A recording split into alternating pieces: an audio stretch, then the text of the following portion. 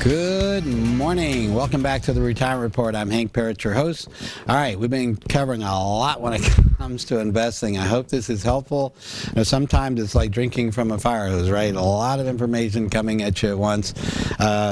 Maybe, hopefully you've taped it or you can, rewatch this one. But I want to finish this out for you this week and give you, again, if you'd like to get a personalized investment analysis and delve into these principles in more depth, you're welcome to give me a call at 615-376-5325. I'll do up a comprehensive plan. We'll do not just the investment analysis piece, which is a great, just in and of itself, that's worth it.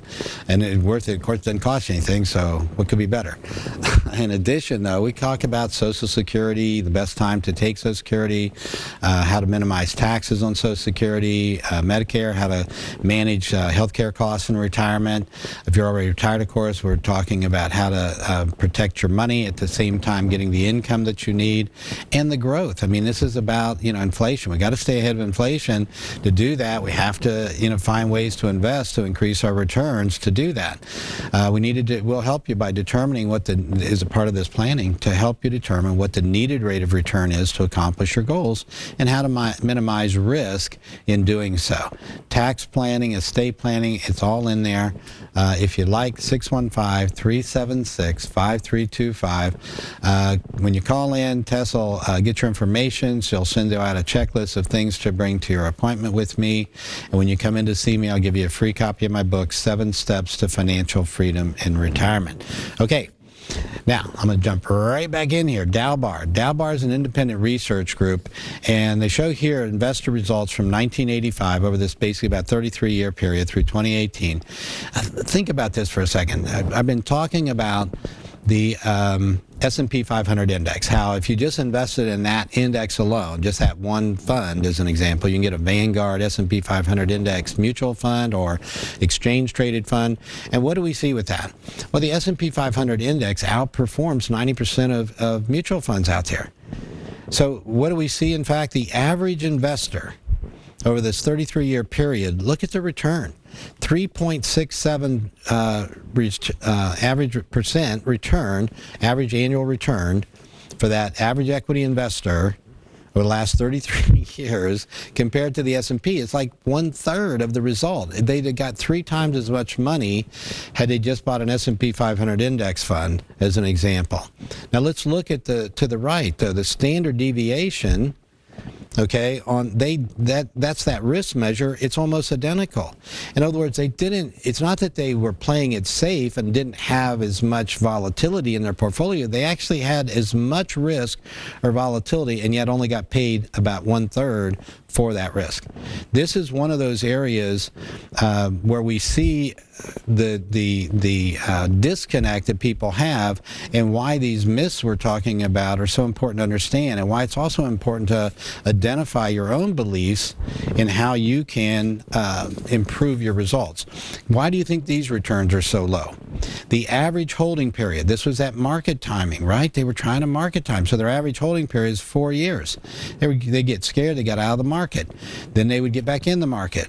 Track record investing, they kept changing investments. Now you may think, I'm not doing that, but if you've got an advisor who's saying, we're going to get rid of this one, it's not doing that well, and we found something that's so much better that's going to do great, and it's increasing your costs of investing, it's you're jumping around chasing the market, it's reducing your returns, especially with active stock picking or active management. This is one of those areas that it just doesn't work, and it's one of the reasons why the average investor did so poorly when it comes to returns. Market timing, as I mentioned, being one of the big ones. So rather than just buying an index fund, and it's not just one, by the way. I'm saying this about the S&P to make a point.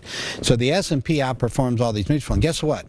A properly allocated portfolio, as we've been talking about, and as I'm going to show you how to do here, will outperform the S&P. Not because of active management, but because we're blending in additional asset categories that are going to give us that negative correlation we're seeking, so that when the S&P is through is down, they will help buoy or pick up the returns there. All right, so to create this diversified portfolio, we start with, let's look at the, this is 2 slides up, creating a diversified portfolio, 100% S&P 500. Okay, so now we're going to look at from 1970 through 2018 with that just an S&P 500 index, average return 10.2, standard deviation 16. So what do we see? How can we improve on this, right? Because we just said this is outperforming all the others. If I'd have just done this, I'd have done better than the average, 3 times better than the average investor over the last 40, 50 years. So how can we improve upon it? Well, let's take a look, in fact, at the next slide in creating a diversified portfolio. How about we add in 5-year government bonds and 1-year fixed income? What is that going to do? Now we reduce our return by about 10%. But look what we did on standard deviation, okay? And as far as risk, we've reduced it by about 40%. So huge difference here in terms of how we can improve that portfolio. Would we give up 10% of return if we could reduce risk by 40%, right? Now we can do even more. Okay, so let's look at the next slide. Let's add some more in. How about, now if we add in Euro, Asia, Far East, and international small caps, so now we're putting in some foreign, and in this scenario, again, this is over the last 50 plus years, 1970, well, 48 years, 70 through 2018, and the average return now, we've improved it by almost 0.5%. And we've increased, so that improvement's about a 5% increase, right? Whereas on our return, we've bumped up that also by about 5% as far as our risk. Now, when it comes to international and emerging, I'm showing you this over the long term. Shorter time frames, this is going to look different. And if you want to see what it would look like for you, okay, and how, you know, sometimes we get into all U.S. portfolios, sometimes we blend in other asset classes rather, or other strategies to help manage risk further. But to take this out further, now let's look at adding in on the next slide. Okay, now we add in small caps, both U.S. and international, and we add in both that growth and that value component. Now look what happens on our return on portfolio 4. Now we're back up to the same return, a little bit better than the first portfolio, than the S&P in other words. And what have we done though? We've managed to keep our risk still very much lower by about 30+%. Okay, that's how you utilize these portfolios. Okay, so one of the things when it comes, we can get rid of those now. All right, that is an example of how you can put together a portfolio, those asset allocation pieces, not just the different asset categories rather, but also in a particular percentage as far as the ratios that those go in.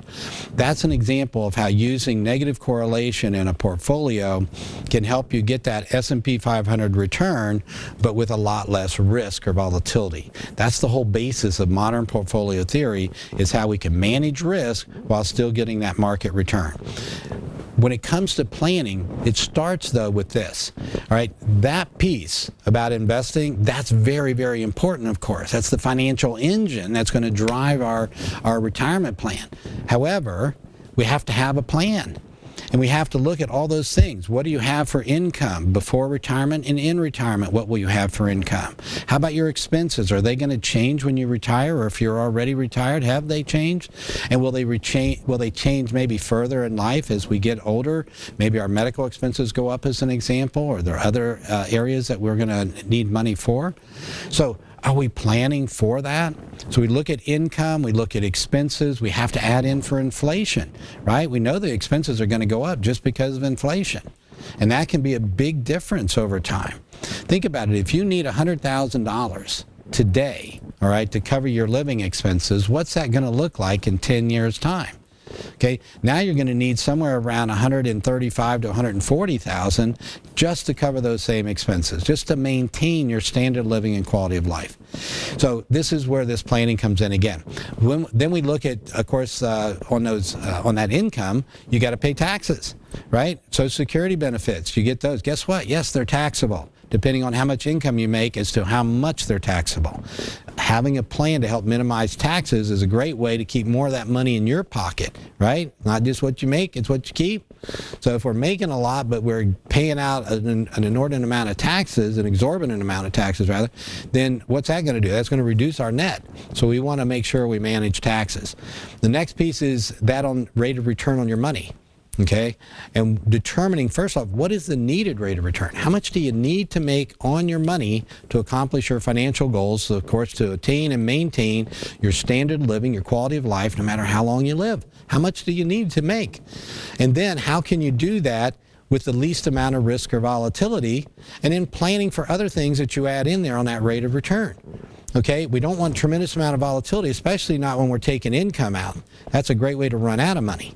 Okay, what we want, in fact, is a way to manage that volatility, and in particular in the short term, over the next 1 to 5 years, you want to manage it the most. So if you're taking income from your portfolios, all right, from your investments, at this time, because to supplement your income, right, which we're all going to be doing at some point, we expect, then we need to manage that volatility in the process. I've talked about in the past about the importance of that, how it can cause you, sequence of return risk is what it's called, and how this can cause you to potentially run out of money. So this is all a part of the planning. We look at all of that, put it all together. Now it's about staying the course. Okay, now it's about getting then the investment piece put together too. All right, right now, quick break. Join me here. I'll be right back on the Retirement Report.